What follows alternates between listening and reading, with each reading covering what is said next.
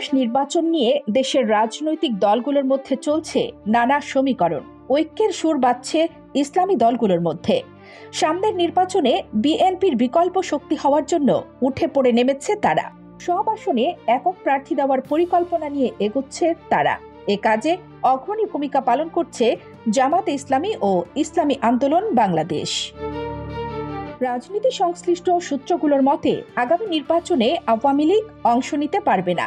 এটা ধরে নিয়েই ইসলামপন্থী ও মধ্যপন্থী দলগুলো বিএনপির সঙ্গে প্রতিদ্বন্দ্বিতায় নামতে চাচ্ছে।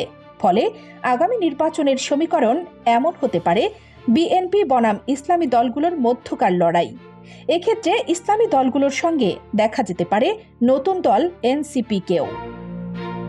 সংবিধান সহ গুরুত্বপূর্ণ কিছু সংস্কার প্রশ্নেও এসব দলের অধিকাংশের অবস্থান কাছাকাছি।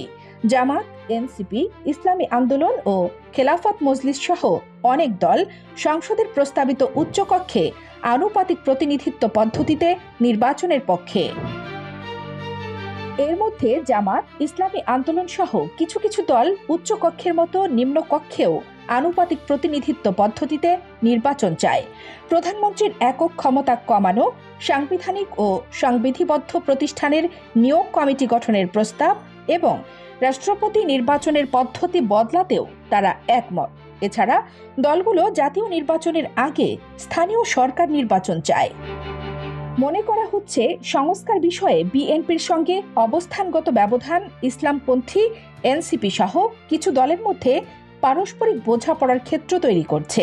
এর মধ্যে ইসলামী আন্দোলন সম্প্রতি ঢাকায় যে মহাসমাবেশ করেছে তাতে জামাত ও এনসিপি সহ বিভিন্ন দলের নেতারা অংশ নেন। বিএনপির কেউ ছিলেন না, তাদের আমন্ত্রণও জানানো হয়নি।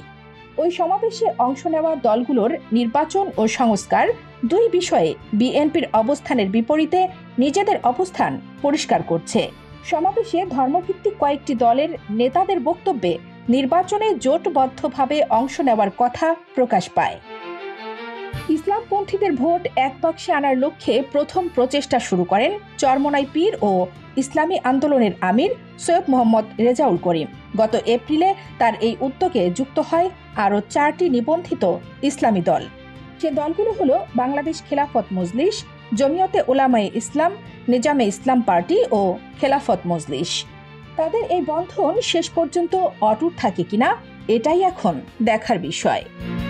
তানিস ফাতেমা, নিপা, খবর সংযোগ।